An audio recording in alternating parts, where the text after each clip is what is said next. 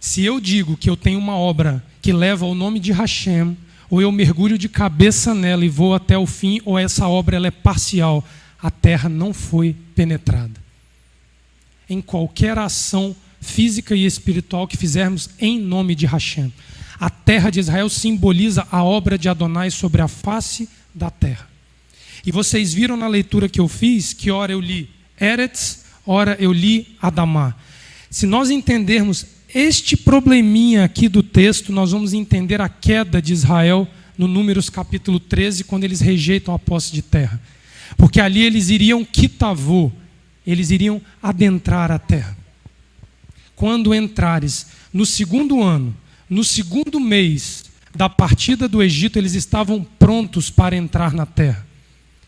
No dia 9 de Ave, Moisés recebe de volta os espias que foram olhar a Eretz.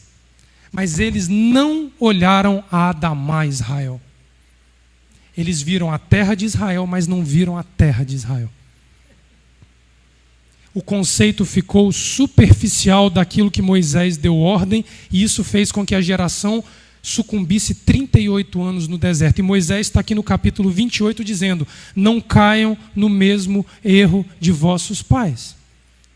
Não vejam a promessa de Hashem diante dos olhos e deem para trás. Entrem de forma plena na terra. Os espias foram e ficaram assim, a terra é boa, mas tem gigante. A terra é frutífera, mas tem cidades fortificadas. Entrou e não entrou. O capítulo 26 do Deuteronômio, ele vem tornando num ritual de sacralidade para Adonai o discurso: arameu perdido foi meu pai.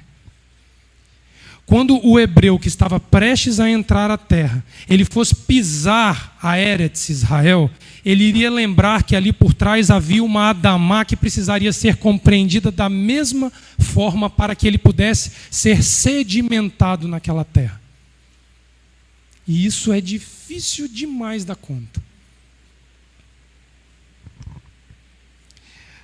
Davi, na sua sabedoria, no seu conflito pessoal contra o pecado, o Salmo 51, que é o salmo que acompanha a porção kitavô, é um dos salmos mais lindos de confissão de pecado e de total reerguer do homem da condição pecaminosa para uma condição de santidade, que Davi nos ensina ali.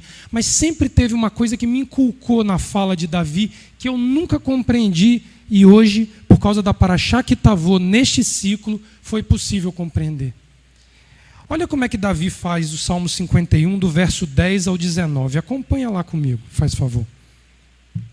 Salmo capítulo 51, do verso 10 ao verso 19. Primeiro, ele começa a confessar os pecados. Depois ele começa a pedir ao Eterno que transforme o seu interior. Ele diz assim: cria em mim, ó Elohim, um coração puro. Renova em mim um espírito reto. Não me lances fora da tua presença e não retires de mim o teu sagrado sopro. Torna a dar-me a alegria da tua salvação e sustém-me com espírito voluntário. Então ensinarei aos transgressores os teus caminhos e os pecadores a ti retornarão. Aqui já tem um primeiro problema. Ele está falando em se reerguer diante de Adonai, mas está prometendo levar os pecadores ao arrependimento. Mas ele não estava em condição de corrigir ninguém porque ele estava sendo corrigido. Então ele prometeu uma obra a Adonai, que ao se reerguer, ele iria ajudar outros a se reerguerem. Olha o conflito. Livra-me dos crimes de sangue, ó Elohim, Elohim da minha salvação, e a minha língua cantará a tua retidão. Abre, ó Eterno, os meus lábios, e a minha boca entoará o teu louvor. Não te comprazes em sacrifício, senão eu os traria. Não te deleitas em holocaustos. Os sacrifícios para Elohim são o espírito quebrantado. A um coração quebrantado e contrito, não desprezarás, ó Elohim. Aqui que sempre foi o meu calcanhar de Aquiles nesse texto. Abençoa Sião, segundo a tua boa vontade. Edifica os muros de Jerusalém. Então te agradarás os sacrifícios de retidão, dos holocaustos, das ofertas queimadas. Então sobre o teu altar se oferecerão novilhos. Abençoa a Eretz Israel, a terra de Israel. Segundo a tua boa vontade, edifica os muros de Jerusalém. Por que ele interrompe a condição sacrificial que ele apresenta a Adonai, coloca a terra de Israel para ser abençoada e depois ele complementa a lei sacrificial? Isso sempre me perturbou. Porque Davi aqui falava de uma terra e de outra terra na mesma oração. Quando ele fala aqui, então ensinarei os transgressores os teus caminhos. É a Adamá que precisa ser conquistada. É uma terra fértil que você, ao lançar a semente da Torá, ela vai frutificar. Então ele primeiro avisa: Adonai, eu já sei que você quer os corações. Mas lá no final ele diz: mas abençoa a terra, o território de Israel. Ele une os céus e a terra na mesma oração, porque ele sabe que ele precisava sair de uma condição de pecado que ele estava e entrar na terra. Então ele primeiro conquista a Adamá pessoal dele, a terra do interior do seu coração. Esta terra conquistada, agora ele promete bênção para a terra física a qual o pé dele pisa. Salomão, se eu estiver dizendo alguma mentira, você me corrige aqui agora. Todo judeu ensina para o seu filho, desde que nasce, que toda sinagoga é um pedaço da terra de Israel espalhada pelos 4 cantos da terra. É verdade isso? Aonde é a Eretz que nós pisamos os nossos pés? Qual é a terra que nós pedimos a Hashem, como Davi pediu para abençoar? É a estrutura física da casa que ele nos deu para nos acolher como a terra de Israel nos acolhe. Mas o que ele procura dentro desta terra? É aquilo que os espias não enxergaram no capítulo 13 de Números. Os corações como terra fértil a serem plantadas pela palavra de Hashem para ali frutificarem e agradarem a Hashem em tudo que fizerem. Davi já tinha enxergado isso plenamente. Davi era terrível. Davi era um homem perspicaz quanto às questões sutis da Torá, a qual eleva o homem a uma compreensão plena. Isso aqui é o que os rabinos se referem, que não existe entrada parcial na terra. Ou você conquista ela física e espiritualmente, ou você não conquista nada.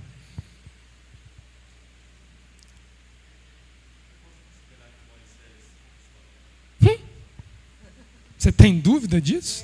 Leomar perguntou se Moisés conquistou a terra. Ele ouviu da terra, ele viu a terra. Ulisses que gosta desse texto, que ele subiu e viu para Charré. Por isso que os patriarcas são evocados aqui. Arameu perdido era meu pai. Porque tudo começa com a história de um homem, Leclerá, vai por ti Abraão. Ele sai da terra de Arã, Arameu, e ele vai à terra de Israel, Canaã. Ele faz o movimento sem Torá para guiá-lo, escrita diante dos olhos, mas uma Torá que preenchia o seu coração, numa Berit Hadashá já prevista, É a Adamá, é o coração do homem. Por que Adamá é o coração do homem? Lá no princípio, diz a Bíblia, Elohim formou terra e céu. Eretz e Hashamayim, o físico e os céus. Mas Adão, ele nasce da Adamá. O nome dele, Adam, no hebraico, vem de Adamá, terreno, gleba, campo, solo. E ali ele é erguido por Adonai e o fôlego, o Neshama de Adonai preenche e ele torna-se alma vivente. É isso que diz o Gênesis capítulo 2. A formação do homem, ela é na Eretz, mas o homem vem de origem agrícola. Um solo que era plantado e cultivado forma o homem, mas com um toque de Hashem. O sopro da vida dentro do homem. Isso diferencia o homem de toda criatura viva sobre a face da terra. Era isso que Moisés desejou que os espias trouxessem como notícia. Ele estava ali inspecionando o coração dos nascidos da casa de Israel, dos cabeças. E 10 foram reprovados grosseiramente diante de Adonai. Se vocês forem ao texto, vocês vão poder observar que ele não diz explicitamente, Moisés não facilita a vida deles dizendo, vai olhar a Eretz e vai olhar a Adamá. Ele manda assim, espia a Eretz, para aguçar no coração deles um desejo intrínseco de enxergar além do físico que havia naquela terra. Porque a terra, a Eretz, ela manava o quê? Que nós lemos agora. Não precisava ir olhar. Mas era período de plantio da uva, da colheita da uva. Mas já tinham romãs e figos madurando. Era verão em Israel. Ave é mês do verão, calor infernal no deserto. Mas eles trazem a notícia no ombro que tinha uva, que tinha romã e que tinha figo brotando nessa terra. Era esse fruto que ele exigiu que os cabeças da casa de Israel enxergassem. Mas o Números capítulo 13 vai dizer o quê? Verdadeiramente, esta terra mana leite e mel. Este é o seu fruto. Eles não enxergam o fruto que vem do solo. Eles simplesmente veem aquilo que a terra produz sem trabalho. Leite e mel. Não tem obra humana para gerar leite e mel na mão de ninguém. A natureza faz sozinha o serviço. Eles não quiseram provar aos outros que ficaram na terra que havia figo para plantar, romã para plantar, cevada, trigo, tâmara. Eles se recusaram a trabalhar a Adamá de Israel e ficaram 38 anos errantes. E Moisés está aqui no capítulo 26, no seu último mês de vida, com o coração apertado. Congregação Rehovot.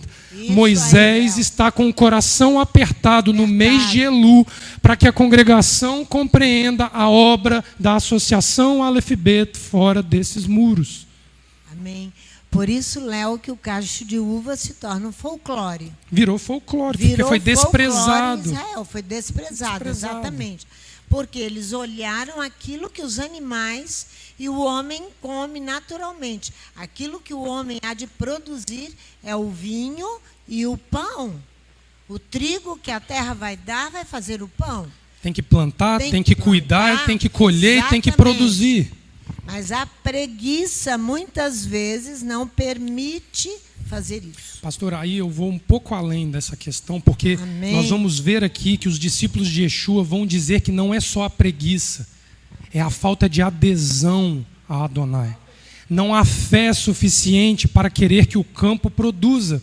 Aí sabe o que ele fala? Os 40 dias que vocês passaram na terra olhando e não enxergaram o que tinha que enxergar. Lembra da Parashahê que eu falei? Que se não transitar entre o ouvir e o ver, a gente vai ser riscado. Eles não viram o fruto do campo. Aí, passa 40 anos no deserto para aprender o que vocês fizeram de mal contra a terra. Qual foi o discurso que Caleb gritou aos ouvidos dos filhos de Israel quando eles negaram o produto do campo no capítulo 13 de Números? Eles disseram, o fruto é leite e mel. O texto, eu olhei o texto todinho. Números 13, de 1 a 33, não faz referência à palavra terra como Adamá, só faz referência como a palavra Eretz. Mas Caleb, presta atenção nisso, Caleb vai gritar para que Israel ouça da seguinte forma.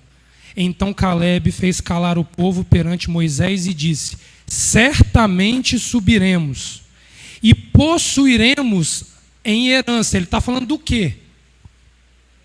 Ele não usou a palavra Eretz, não usou Adamá. Porque seguramente prevaleceremos contra ela. Havia um combate entre Israel e a terra.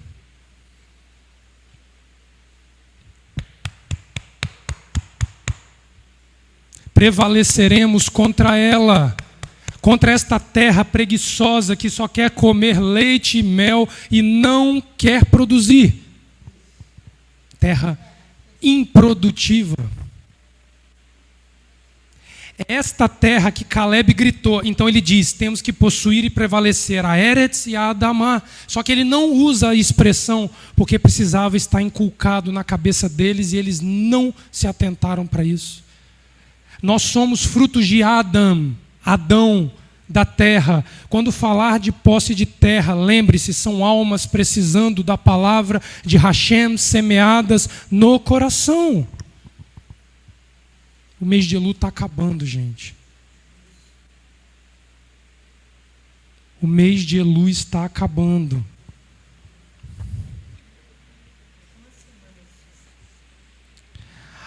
Ao entrar, Kitavô, de forma plena na obra de Hashem, a pessoa faz uma espécie de imersão. Presta atenção. Leomar tem que convocar as aulas de imersão da congregação, porque o tempo já está esquentando e o verão está chegando para eles imergirem. Nós todos precisamos nos reimergirmos na presença de Hashem. Quando nós entramos de forma plena na obra de Hashem, a pessoa faz uma espécie de imersão, um batismo, que visa um aperfeiçoamento pessoal em duas frentes. Quantitativa, quando nós aumentamos o nosso envolvimento progressivamente, ou seja, aumenta a dedicação de tempo à obra de Adonai. Eu contribuo com 1 hora por semana, eu vou avançar para 2, para 3, para 4, para 5, mas isso é precedido de uma imersão de consciência. E também uma imersão qualitativa. Transforma a maneira como eu vivo, ou seja, aperfeiçoa a minha vida no íntimo para aumentar a minha contribuição espiritual na obra. Eu me torno melhor para que outros se beneficiem, não para que eu me beneficie. Porém, há uma premissa que funciona como pré-requisito nesse processo. Aqui é a escolha que nós temos que fazer. O pré-requisito nesse processo é: a fim de alcançar uma imersão plena na terra, a obra de Elohim, na terra, na Eretz, na Adamá, a pessoa deve renunciar a qualquer preocupação ou interesse pessoal, dedicando-se de maneira plena para concluir determinado ato exigido por Hashem. Você sabe como é que eu consegui compreender e botar isso aqui em palavras? O nome disso aqui é a devoção incondicional. Quando nós formos chamados para fazer qualquer obra, ela pode durar 1 minuto, ela pode durar 1 dia, 1 mês, 1 ano, 10 anos. Eu não posso desviar a minha atenção dela enquanto ela não for concluída. Você sabe onde, Léo, que eu aprendi isso aqui? Olhando para Paraxá nessa noite, que eu me lembrei que nós estamos sendo treinados a isso. O celular não funciona na penitenciária. A gente não pode entrar de relógio na penitenciária. A gente entra, a gente executa a função, quando sai, que o telefone vai ver o que aconteceu no mundo. E eu digo para vocês que isso para mim foi uma grande angústia e um aprendizado com grande dor. A semana que a Amós adoeceu, que ele teve febre, passou mal e eu estava dentro da penitenciária. Quando eu saí, tinha lá não sei quantas chamadas de Laila, não sei quantas chamadas disso, quantas chamadas... Eu não podia me desviar, Leomar. O meu filho doente não me dava direito a desviar o foco da obra que precisava ser concluída ali. Não pode desviar o do Léo, não pode desviar o do Almir, não pode desviar o da pastora Sandra e de ninguém que estiver executando qualquer obra em nome de Adonai. Se eu vou no hospital visitar um doente para colocá-lo debaixo de uma unção, orar por ele para que Hashem ou o cure ou o leve em paz à sepultura, eu não posso ficar perdido pensando nas minhas questões pessoais. Amém, Léo. Baruch Hashem. Você se lembra no último ensino que nós olhamos a Paraxá em Êxodo 22, versículo 29, eu voltei aquele ensino todo.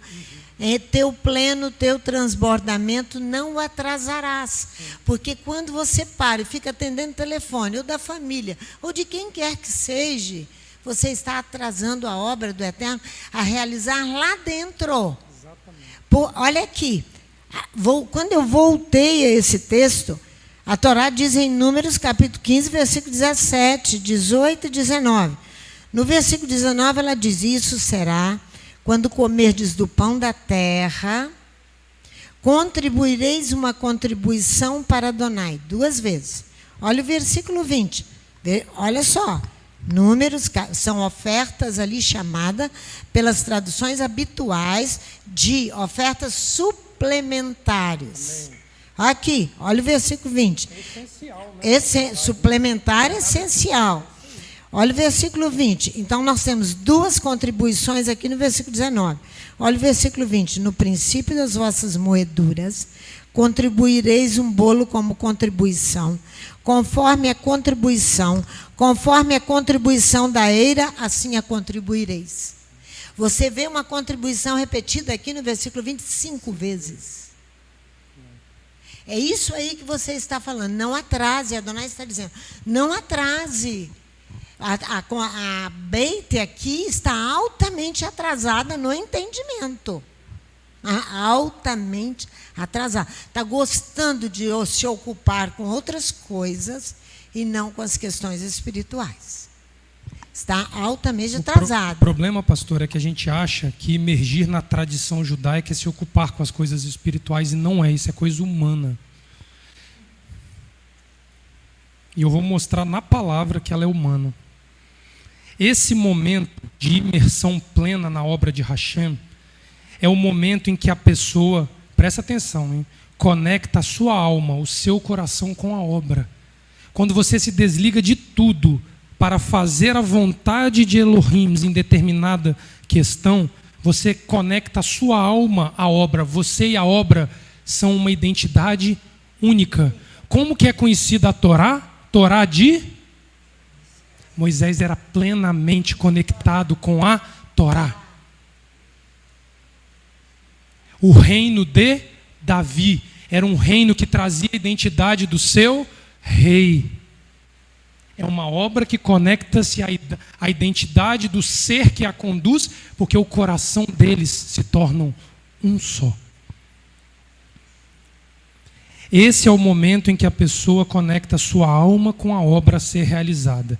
E, ao ser bem-sucedida, formam uma entidade única e indistinguível. Quando eu e você abandonamos tudo e guardamos Shabat, nós somos o Shabat. Por isso que o Shabat é um cântico de casamento entre Israel e Adonai. Porque você abre mão de tudo no 7º dia da semana para se conectar plenamente a Adonai. Agora, quando eu estou no celular e estou em Shabat, quando eu estou na televisão e eu estou em Shabat, eu estou aqui com o meu noivo e com o meu amante ao mesmo tempo.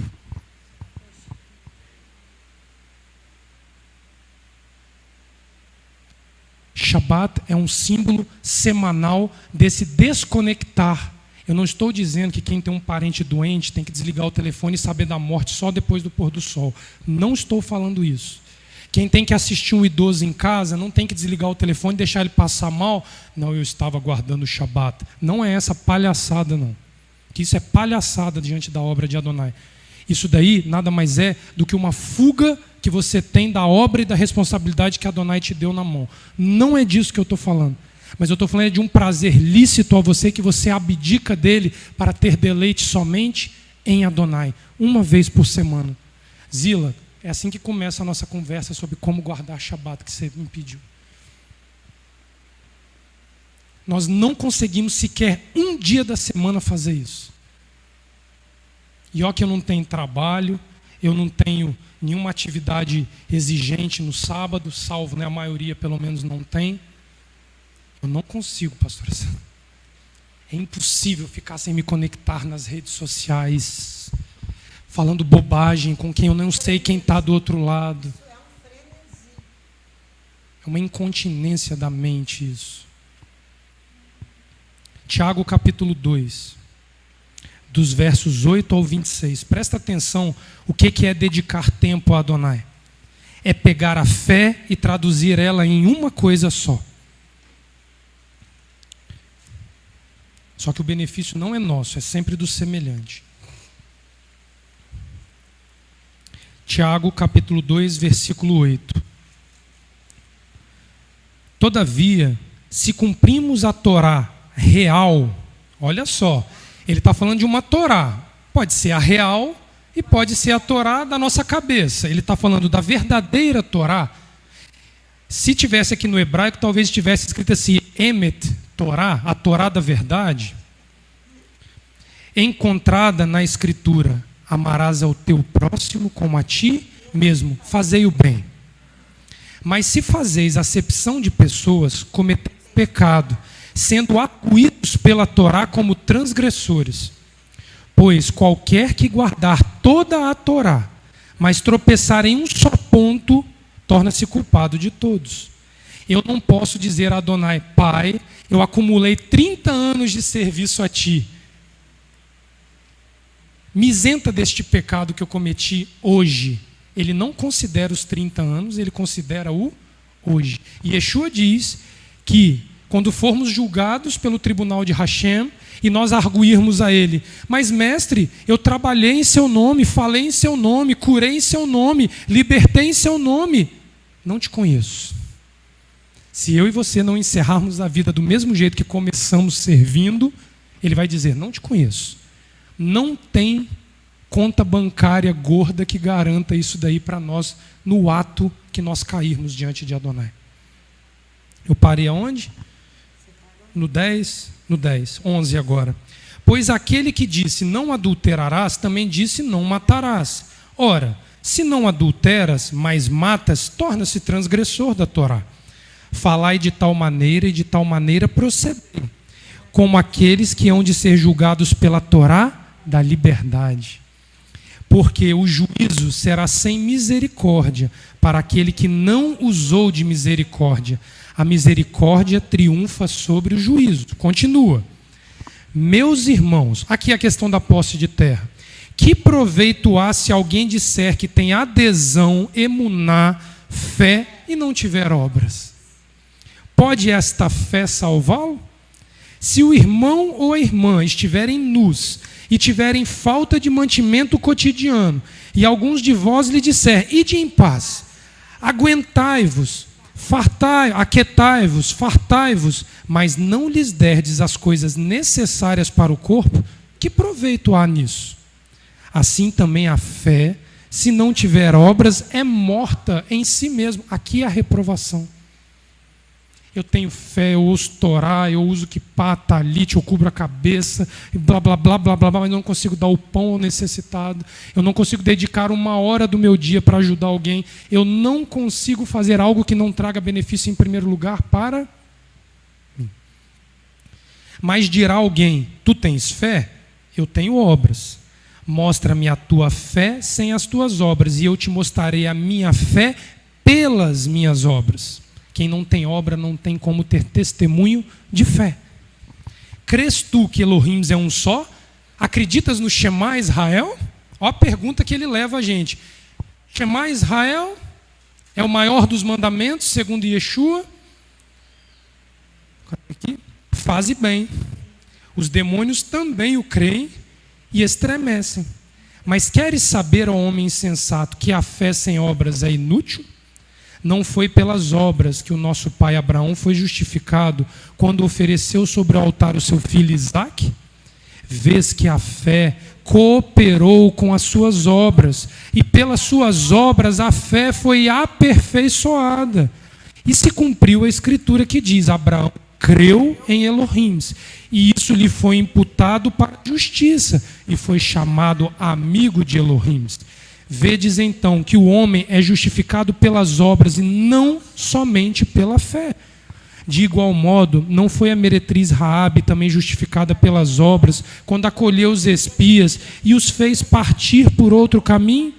Assim como o corpo sem o espírito está morto, Adamá, a terra em forma de homem sem o sopro, ela está morta, também a fé sem obras, ela é morta. Olha onde leva o discurso de Torá para ensinar os ouvintes. Abre no Apocalipse capítulo 2, que tem um discurso mais pesado, que é o Rabi que fala. O Rabi é mais grosso, ele é mais duro, ele é mais exigente. porque ele é o escritor da Torá. Ele é o ensinador da Torá. Capítulo 2, versículo 18, até o 29. Olha o que a comunidade de Tiatira está sendo advertida pelo Rabi. Presta atenção nisso aqui. Ao anjo da comunidade de Tiatira escreve: isto diz o filho de Elohim, que tem os olhos como chama de fogo e os pés semelhantes a latão reluzente. Quem é que está falando aqui? Yeshua. Jesus o Messias. Conheço o quê? E o que mais? E o que mais? E o que mais? E o que mais? E sei que as tuas últimas obras são mais numerosas do que as primeiras. É o crescimento progressivo da obra de Adonai. Eu dedico 1 hora, eu dedico 2, eu dedico 3, eu dedico 1 dia, eu dedico 2.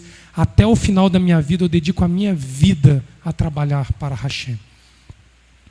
Mas tenho contra ti que toleras a Jezabel, mulher que se diz profetiza. Como o seu ensino, ela engana os seus servos, seduzindo-os a se prostituírem e a comerem das coisas sacrificadas aos... Qual é o discurso de Kitavô? Não comi no meu luto, não comi do que era consagrado e nem comi na mesa dos idólatras. Aqui, ó, Kitavô aqui na boca de Yeshua, exortando a comunidade de Tiatira. Dei-lhes tempo para que se arrependesse da sua imoralidade, mas ela não quer se arrepender.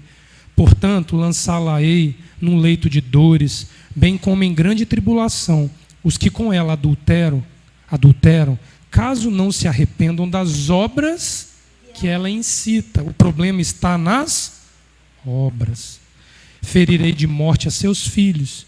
Então todas as comunidades saberão que eu sou aquele que esquadrinha os rins e os corações. E darei a cada um de vós, segundo as vossas... Não é a fé que vai permear o que Yeshua vai dar a nós. São as obras.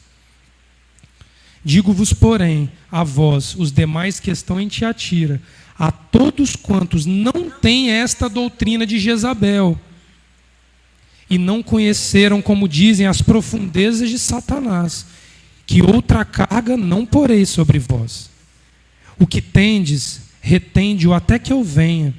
Ao que vencer e guardar até o fim as minhas obras, eu lhe darei autoridade sobre as nações, e com vara de ferro as regerá, quebrando-as como são quebrados os vasos de oleiro, assim como também recebi a autoridade do meu Pai. Também lhe darei a estrela da manhã. Quem tem ouvidos ouça o que o sopro de Elohim diz às comunidades. A porção Kitavô surge para sedimentar a necessidade vital a respeito do mandamento referente à posse de terra. Seria fatal para Israel, nesse momento, Deuteronômio, capítulo 26, ignorar o pleno sentido sobre esse assunto. No passado, essa ignorância matou e condenou a geração que viu as maravilhas do Egito. Testemunhou a outorga da Torá e caminhou 2 anos no deserto para possuir a terra. Porém, a falta de compreensão a respeito do que realmente significa possuir uma terra pesou fatalmente contra eles. O Números capítulo 13 vai narrar, depois vocês leiam com calma, do verso 1 ao 33, esta dificuldade que Israel teve de enxergar o verdadeiro campo, a verdadeira terra que haveria de ser possuída. Observa que o mandamento de Kitavô, volta lá na Parashá, Deuteronômio capítulo 26. Ele fala que nós temos que entregar o dízimo do 3º ano. Durante 3 anos, o fruto da terra era vedado, e o dízimo deste fruto era direcionado ao órfão, à viúva, ao necessitado e ao levita. O discurso mosaico aqui, no livro de Deuteronômio, ele objetiva enfatizar e ampliar a visão humana a respeito do que é sagrado, o que emana da boca de Hashem. Ali, em Números capítulo 13, eles caíram por causa de um mandamento que havia prescrito no Levítico. Presta atenção, abre Levítico capítulo 19 aqui para mim, por favor. Eu preciso chegar em Exu ainda e o relógio está contra mim. Mas nós vamos chegar lá. Israel, no dia 9 de Ave, do 2º ano de partida do Egito, peca e fica condenado a 40 anos de deserto. Qual foi o mandamento de Adonai que eles deixaram encortinado para nós, que justificou a sua queda? Está no Levítico capítulo 19. Olha o que ele vai falar nos versos 23 a 25. Levítico capítulo 19 foi escrito 3 meses antes da queda de Números capítulo 13. Aqui era o mês de Nisan, do 2º ano da partida do Egito, o 1º mês. Eles cometem o pecado Nisan, Iar, Sivan, Tamuz e Ave. Eles aprendem o mandamento no 1º mês e pecam no 5º mês, no 9º dia do 5º mês. Capítulo 19 de Levítico, versículo 23. Quando tiveres entrado na terra que tavou e plantardes toda espécie de árvore frutífera, então está dizendo que você ia ter que plantar, né? Ser-vos-á vedado o seu... Aqui onde é que eles não quiseram, Leomar? Eu vou tomar posse, mas eu não vou usufruir do fruto. 3 anos vos será vedado, dele não se comerá. O 4º ano, todo o seu fruto será santo, será oferta de gratidão a Adonai. Mais 1 ano sem poder comer do fruto. No 5º ano, podereis comer os frutos, para que a sua produção seja mais abundante. Eu sou Adonai, o vosso Elohim. Quando eles viram que iam ter que conquistar uma terra, plantar nela 4 anos, e cada vez que um campo fosse adquirido, 4 anos esse campo ficaria para quem não era dono do campo. Esta terra mana leite e mel, tem gigantes, tem os filhos dos Enaquins e cidades fortificadas. Ó, não é para a gente não. A recusa que eles usam como desculpa foi uma cortina de fumaça para vedar a verdade dos corações. Não tinham adesão e obras para apresentar ao Eterno. Se recusaram a aprender a viver pela adesão de que o campo no 5º ano seria abundante. 4 anos o fruto é vedado.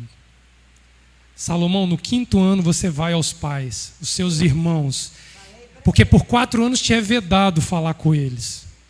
Mas no 5º você pode, com fé e com obras, para apresentar a eles o seu Adamá justificado diante de Hashem. Bevakashá. Dentro daquilo que é previsto na Torá, eu ganho algo para que outro seja beneficiado antes de mim. Ninguém quer isso, gente. Fala para mim quem deseja isso. O brasileiro, então, quando recebe o primeiro bom dinheiro, ele faz o quê? Ou ele, eu estou falando porque é a nossa casa, não vou falar da casa dos outros. Ele troca de carro, ele reforma um apartamento, ou ele faz uma viagem para onde? Para o exterior. 4 anos. Nem o dízimo disso por 3 anos a gente tinha. E eu ainda venho aqui e agradeço a Hashem pela oportunidade de poder usufruir dos benefícios. São os gigantes que a gente diz que tem na terra que a gente não tem como combater. O gigante está aqui. As fortalezas estão aqui. Nós estamos reféns aqui. O ritual realizado ali no capítulo 26 do Deuteronômio, quando diz arameu, essas palavras são uma declaração de inocência para o homem. Presta atenção nisso. Quando você cumpre os 3 anos de fruto incircunciso, você tem que ir diante do seu sumo sacerdote Quem é o sumo sacerdote que vai nos confrontar contra isso? O sumo sacerdote da casa de Israel, Yeshua, Jesus, filho de Yosef, de José e de Miriam, de Maria. Nós temos que ir diante dele e dizer: Arameu foi meu pai, que andou errante, e a sua descendência viveu 400 anos no Egito. Quando você usa dessas palavras de forma legítima e tem uma obra aprovada por Hashem, você recebe uma declaração de inocência por parte de Adonai, afirmando diante dos céus e da terra que não violou o código sagrado da Torá: amar ao Eterno sobre todas as coisas e ao seu semelhante como a ti mesmo. Vamos ver Yeshua ensinando isso? Lucas capítulo 10, para a gente encerrar. Yeshua ensina Kitavô por meio deste texto. Lucas 10, versículo 1. Fala aí, pastor, explica esse negócio aí, por favor. É o ângulo de 90 graus, ó. Tá vendo? Adonai e o próximo. Adonai e o próximo. Você vai fazer um ângulo de 90 graus. Nós vamos ver ele falando dos 4 anos. Nós vamos ver ele falando de amar ao semelhante. Tudo no mesmo ensino de Kitavô que Yeshua faz. Verso 1. Lucas 10, versículo 1. Depois disso, designou o Adom ainda outros 70 e mandou-os adiante de si, de 2 em 2, a todas as cidades e lugares aonde ele havia de ir. A obra era tão grande que ele mandou para 35 lugares ao mesmo tempo, de 2 em 2. Disse-lhes: grande é em verdade a seara. Lembra do texto que nós lemos lá? A seara, que ele leu lá no capítulo 26 de Deuteronômio. Mas os obreiros são poucos. Rogai, pois, ao Eterno da seara que envie obreiros para a sua seara. Ide. Ide no Shalom Aleichem é quando entrares. Não, é quando saíres. Lembra do Shalom Aleichem? Sua vinda seja em paz. O Eterno abençoará a tua saída e abençoará a tua entrada. Como é que termina o Shalom Aleichem? O Eterno abençoará a tua saída e a tua entrada. Ide. Ele já está mandando você entrar, porque você está indo para uma terra que precisa ser semeada. Você aqui já julgou a você mesmo, já ajustou o seu interior para ir ajudar outros a buscar o problema no interior. Depois que tiver ajustado. Eu vos envio como cordeiros ao meio de lobos. Não leveis bolsa, nem alforge, nem sandálias, e ninguém saudeis pelo caminho.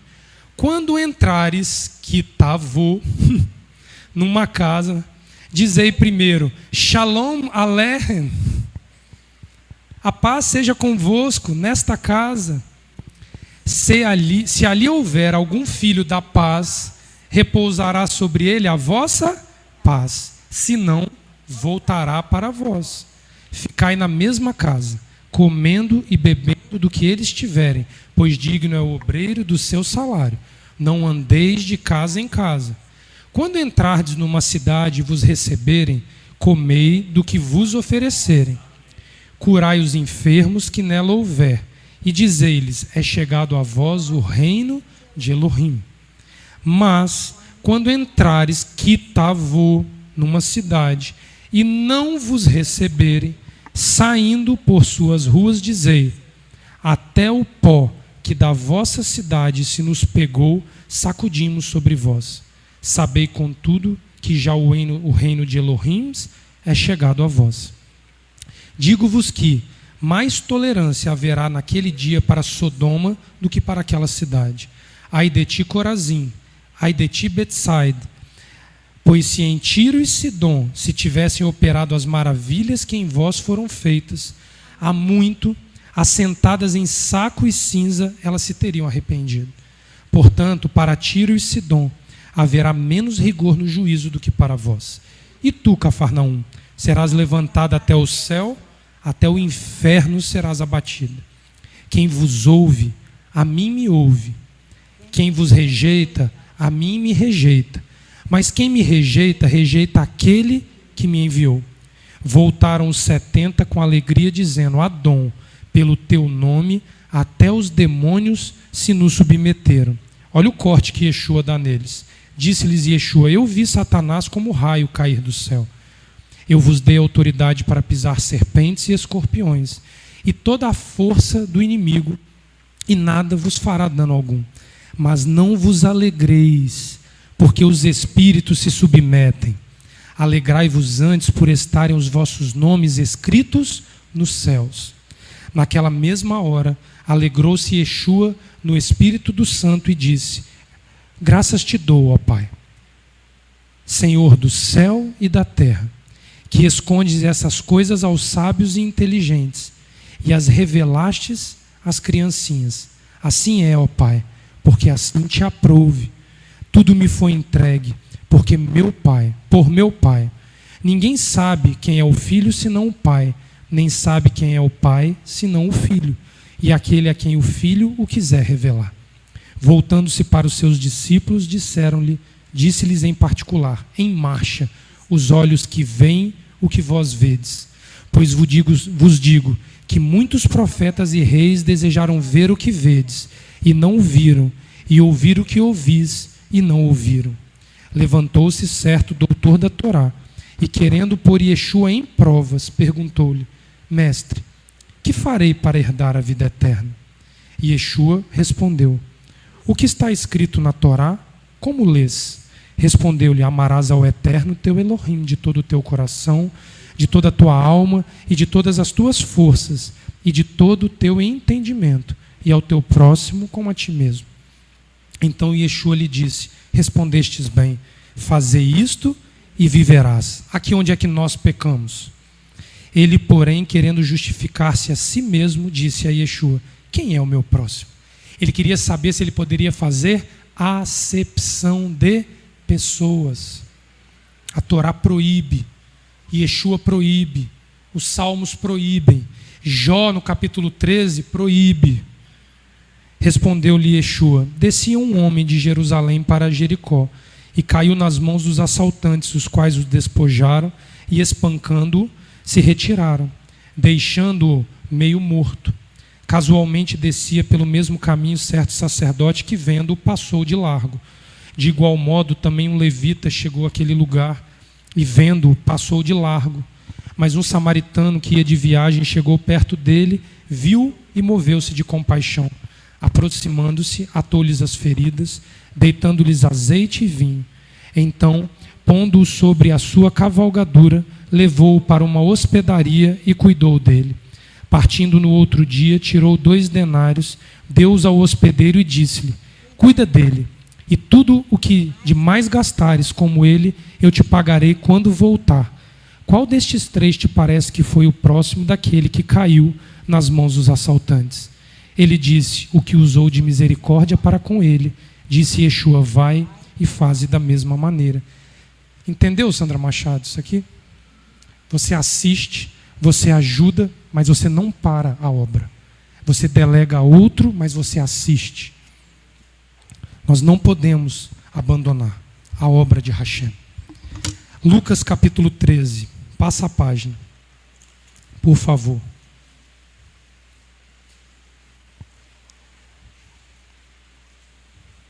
Lucas capítulo 13 é um midrash, é uma parábola de Yeshua, que ele ensina qual é o resultado final do cumprimento ou não da Parashá Kitavô. Cumprir ou não Kitavô não pode ser visto como uma opção.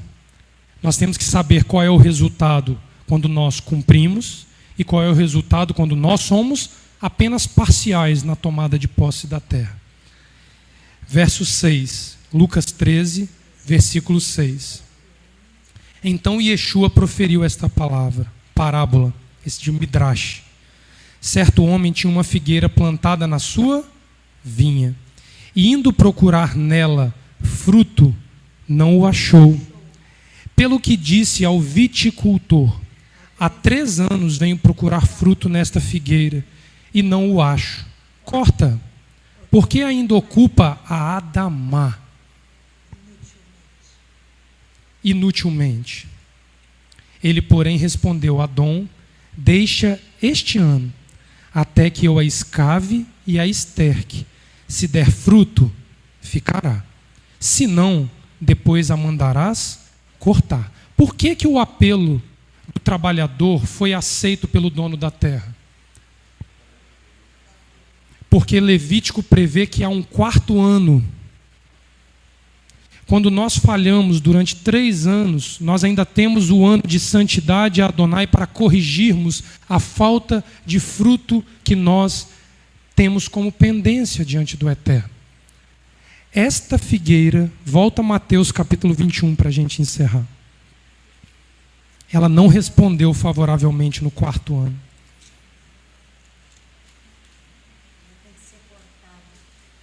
Ela fica seca.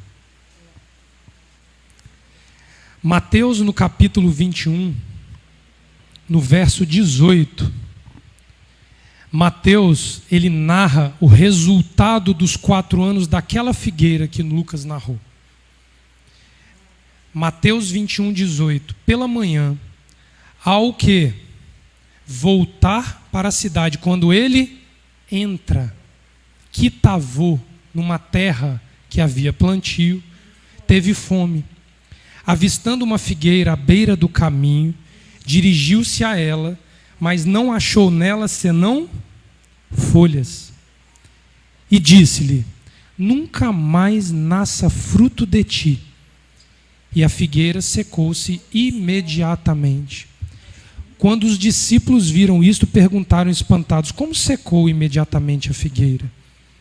E Yeshua responde: em verdade vos digo, que se tiveres adesão e não duvidares, não só fareis o que foi feito à figueira, mas até se este monte disserdes: ergue-te e precipita-te no mar, assim será feito. Em tudo que perdires em oração, crendo, o recebereis. E Yeshua manda secar a figueira. Estéril. Entenda que diante de uma questão tão drástica, o texto aqui antes vai dizer que não era tempo de figo. Yeshua não está falando da árvore fisicamente. Ele está comparando o homem à figueira. Porque se nós levarmos ao pé da letra, eu não tenho tempo. Mas esta figueira que foi seca, da parte que cabia a ela, ela estava no tempo de não dar figos. Yeshua não podia exigir de uma árvore plantada num jardim frutos fora do tempo, mas do homem ele pode. Porque lá no Gênesis capítulo 1, quando ele forma as árvores no Éden, ele diz: vós sereis árvores fruto. Significa que ela dá fruto permanentemente. Esta é uma visão idiomática do homem que foi seco. Alguns comentaristas alegam que Yeshua aqui retira a vida de um homem porque ele não era frutífero naquela cidade. E não era uma figueira propriamente dita. Era um homem sem frutos, porque ele alegava que naquele tempo não era tempo de figueiras frutificarem. Ele seca a vida de uma pessoa porque se recusou dar fruto em todo o tempo. Essa desculpa não vai caber nos nossos dias diante de Hashem. É porque eu não tenho tempo, mas eu queria poder explorar isso um pouquinho mais. Mas entendam, leiam o texto aqui do capítulo 21 todo e depois vá a Marcos capítulo 11 que vocês vão ver a mesma narrativa. A figueira não estava em tempo de dar figos e Yeshua julga aquela figueira.